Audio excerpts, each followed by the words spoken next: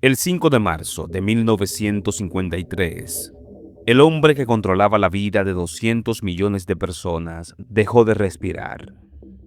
Su círculo más cercano lo supo horas antes de que el mundo se enterara. Nadie llamó a un médico a tiempo. Nadie quiso ser el primero en confirmar lo que todos sabían. Exactamente 60 años después, el mismo día, el mismo mes, a más de 10.000 kilómetros de distancia, otro hombre que había transformado una nación entera con su voz y su voluntad, también dejó de respirar. Y de nuevo, su círculo más cercano lo supo antes que el mundo. De nuevo, nadie quiso ser el primero en decir la verdad. Iósif Stalin y Hugo Chávez, separados por 6 décadas, un océano y 2 ideologías que en teoría no tenían nada que ver, pero murieron el mismo día. Y no solo eso, murieron en la misma forma, rodeados por la misma mentira, velados por los mismos buitres y enterrados bajo el mismo mito. Y lo más perturbador no es que hayan muerto igual, es lo que estaba pasando a su alrededor mientras morían. La noche del 28 de febrero de 1953, Stalin cenó en su dacha de Kunsevo con 4 hombres: Beria, Malenkov, Bulgani y Yuroshev. 4 hombres que en teoría eran los más leales al régimen. 4 hombres que llevaban años viviendo con el terror de que una sola palabra fuera de lugar significara su desaparición. La cena terminó alrededor de las 4 de la madrugada del 1 de marzo. Stalin se retiró a su habitación a descansar y después de eso, silencio. A la mañana siguiente, Stalin no salió. Sus guardias esperaron. Pasó 1 hora, 2 horas, 5 horas. Ninguno se atrevió a tocar la puerta. ¿Por qué? Porque en el mundo de Stalin, la iniciativa se castigaba con la muerte. Si entrabas y él estaba simplemente dormido, podría costarte la vida. Si no entrabas y estaba muriendo, aunque nadie pensaba en eso, porque Stalin no podía morir. Stalin era eterno. Eso decía el sistema que él mismo construyó. No fue hasta las 10 de la noche, casi 22 horas después de que se le vio por última vez, que un guardia finalmente se atrevió a entrar.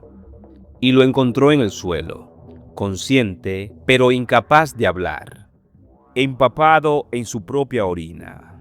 El hombre más poderoso del planeta, tirado como un animal herido, sin que nadie hubiera tenido el coraje de abrir una puerta. Y aquí es donde el patrón comienza, porque lo que pasó después no fue el intento o un intento para salvarlo, sino una negociación. Beria llegó primero, miró a Stalin en el suelo, y según varios testimonios, su reacción no fue de horror, fue de cálculo. Dijo que Stalin estaba durmiendo profundamente y que no había que molestarlo. Malenkov y Yuroshev hicieron lo mismo. Ninguno llamó a un médico. El dictador que había purgado a los mejores doctores de la Unión Soviética meses antes, en lo que se conoce como el complot de los doctores, ahora se desangraba internamente en el cerebro y no quedaba nadie competente para tratarlo. Los médicos que finalmente llegaron, casi un día después, estaban tan aterrados que las manos le temblaban al examinarlo.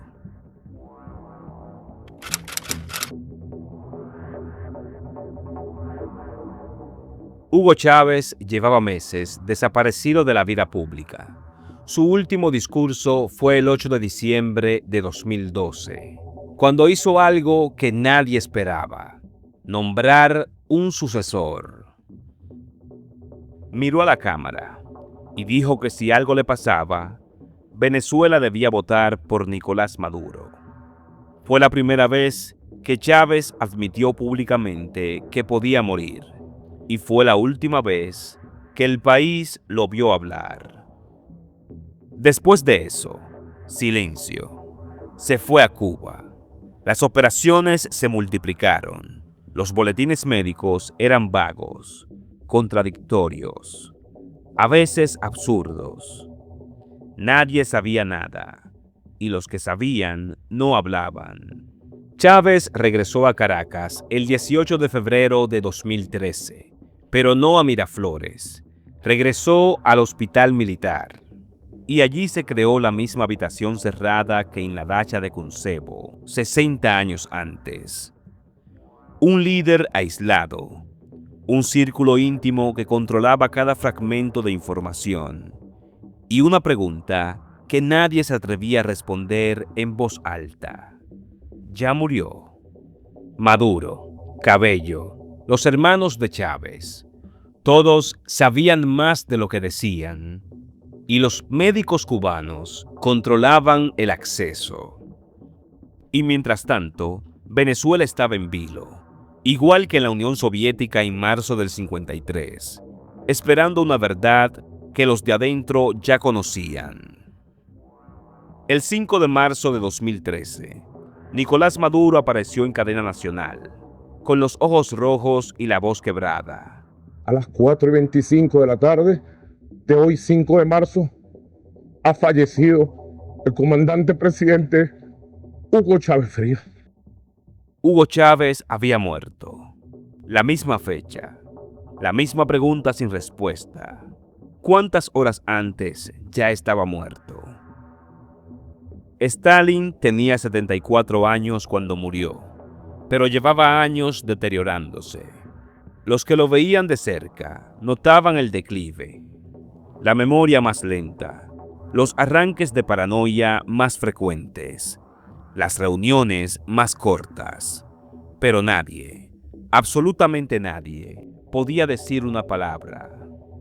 Y no es que Stalin no tuviera acceso a los mejores médicos del mundo, es que los había destruido. En enero de 1953, apenas 2 meses antes de su muerte, Stalin orquestó el complot de los doctores, una purga contra los médicos más prestigiosos del Kremlin, la mayoría de origen judío, acusados de conspirar para envenenar a la cúpula soviética. Fue una fabricación total. Los doctores fueron arrestados, torturados y algunos ejecutados.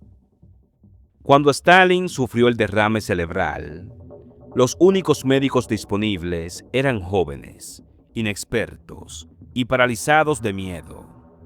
Ahora pensemos en Chávez.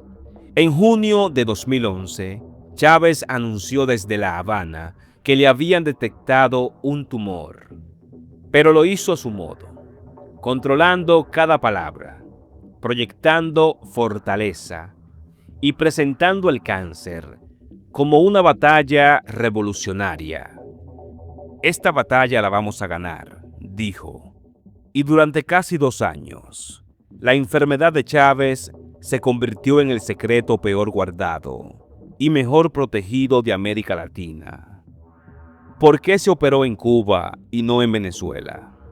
Oficialmente por la calidad médica cubana, pero la verdadera razón era el control. En Cuba, Fidel controlaba la información. En Venezuela, habría filtraciones, fotos, enfermeros que hablaban con la prensa. Cuba era la dacha de Kuntsevo, versión tropical, un espacio cerrado donde la verdad podría ser administrada. Y aquí aparece otro paralelo invisible.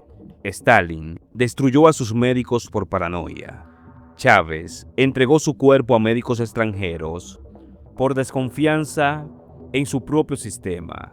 En ambos casos, el dictador terminó médicamente desamparado por decisiones que él mismo tomó. Y en ambos casos, el ego fue el tumor más grande.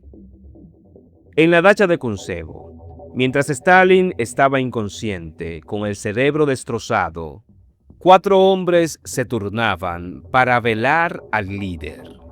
Pero lo que hacían en realidad era vigilarse entre ellos. Lavrenti Beria, jefe de la policía secreta, fue el más rápido. En las horas entre el descubrimiento de Stalin en el suelo y su muerte oficial, Beria ya había comenzado a moverse. Ordenó traer documentos del archivo personal de Stalin. Llamó a Moscú para asegurar el control de las fuerzas de seguridad. Y según Yarushov, cuando Stalin tuvo un momento de recuperar brevemente la conciencia, Beria se arrodilló y le besó la mano. Pero cuando Stalin volvió a perder el conocimiento, Beria se levantó, escupió y lo miró con desprecio. Ese gesto, esa oscilación entre la reverencia y el asco, es la imagen más honesta de lo que significa el poder al lado de un dictador moribundo. Beria no amaba a Stalin. Beria no odiaba a Stalin. Beria simplemente estaba calculando si el cadáver podía aún firmar órdenes. Al otro lado de la habitación, Yarushov hacía sus planes. Malenkov también. Bulgani también. Cada uno sabía que las primeras horas después de la muerte serían las que definirían quién gobernaría un imperio. Y cada uno actuaba en consecuencia. Las lágrimas eran reales, pero los movimientos políticos detrás de cada lágrima eran más reales todavía. En Caracas, la dinámica fue sorprendentemente similar. Mientras Chávez agonizaba en el hospital militar, 2 hombres orbitaban su lecho: Nicolás Maduro y Diosdado Cabello. Maduro tenía la designación política. Chávez lo había señalado en diciembre, pero Cabello tenía algo igual de poderoso. Controlaba la Asamblea Nacional y tenía conexiones profundas con el ala militar del chavismo. Y luego estaba el factor cubano. Los médicos cubanos no solo trataban a Chávez, también eran los intermediarios de información. Raúl Castro sabía cosas que los propios venezolanos no sabían. Cuba tenía un interés directo en la persona que iba a suceder a Hugo Chávez, porque la alianza con Venezuela mantendría viva la economía cubana. La muerte de Chávez no era solo un evento político venezolano, era un terremoto geopolítico, y cada jugador en esa habitación lo sabía. Cuando Stalin murió, oficialmente el 5 de marzo de 1953, el régimen ya tenía un modelo: Lenin. 30 años antes, el cuerpo de Lenin ya había sido embalsamado y exhibido en un mausoleo en la Plaza Roja. Fue una decisión que horrorizó a la viuda de Lenin. Ella pidió expresamente que no lo hicieran, pero el partido decidió que el cuerpo del líder no pertenecía a su familia, pertenecía a la revolución. Con Stalin se repitió el ritual. El cuerpo fue embalsamado y colocado junto a Lenin en el mausoleo. Millones de soviéticos desfilaron frente al cadáver y el luto fue obligatorio. Las fábricas cerraron. La radio transmitió música fúnebre durante días. Y durante 3 años, Stalin y Lenin compartieron espacios como 2 reliquias de una religión que no admitían a Dios, pero necesitaban santos. Pero aquí viene la ironía más grande. En 1956, Nikita Yarushov, el mismo hombre que había llorado junto al cuerpo de Stalin, pronunció un discurso que cambiaría la historia. Ante el Congreso del partido, Yarushov denunció los crímenes de Stalin, las purgas, los campos, el culto a la personalidad y, en 1961, el cuerpo de Stalin fue retirado del mausoleo en secreto, de noche, sin anuncio público, y enterrado junto al muro del Kremlin. El hombre que quiso ser inmortal fue sacado como un mueble viejo que ya no combinaba con la decoración. Con Chávez la ambición fue la misma, pero el resultado fue aún más trágico. Inmediatamente después de su muerte, Maduro anunció que el cuerpo de Chávez sería embalsamado, como Lenin, como Mao, como Ho Chi Minh, y exhibido permanentemente en el cuartel de la montaña, el lugar simbólico del golpe de Estado de 1992 que lanzó a Chávez a la fama. Pero hubo un problema que nadie anticipó, o que todos anticiparon, pero nadie se atrevió a decirlo.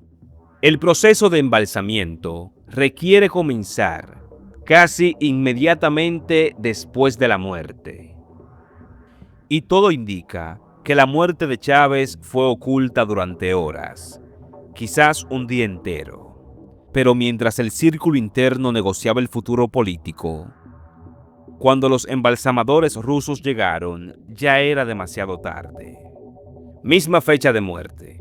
5 de marzo, uno en 1953, otro en 2013. Misma enfermedad convertida en secreto de Estado. Stalin destruyó a sus médicos por paranoia. Chávez entregando su cuerpo a médicos extranjeros por desconfianza. Mismos buitres alrededor de su cama. Beria besando la mano de un hombre al que despreciaba. Maduro llorando frente a un cadáver que le abría las puertas del poder. Mismo intento de inmortalidad. Cuerpos embalsamados, mausoleos prometidos, funerales convertidos en liturgias políticas. Y la misma ironía final. Los sistemas que destruyeron para ser eternos fueron exactamente lo que los devoró. Stalin murió porque su paranoia destruyó a los únicos que podían salvarlo. Chávez murió lejos de su país porque su desconfianza lo puso en manos ajenas. Pero hay algo más, algo que va mucho más allá de Chávez y Stalin, porque este patrón no es exclusivo de ellos dos. Mao murió mientras la banda de los cuatro estaba negociando el futuro de China. Franco agonizó mientras Juan Carlos y el búnker franquista se preparaban para dos Españas completamente distintas. Tito murió y Yugoslavia comenzó a morir con él. Kim Il-sung murió y su hijo ya tenía un discurso escrito. El patrón siempre es el mismo: aislamiento, secretos, buitres, mito. La mayor ironía de un dictador no es que muera solo, ni siquiera es que muera rodeado de gente que dice amarlo. La mayor ironía es que cada uno de ellos creyó que sería la excepción, que su revolución era diferente, que su legado era irrompible, que él, a diferencia de todos los que vinieron antes, sería inmortal. Y el 5 de marzo, 60 años aparte, la historia les dio a los dos la misma respuesta. Esto es Así fue la historia. Y te invito a que si este video te ha gustado, lo compartas, me dejes tus comentarios y que juntos podamos debatir esta y otras historias. Recuerda suscribirte al canal y nos vemos en un próximo video.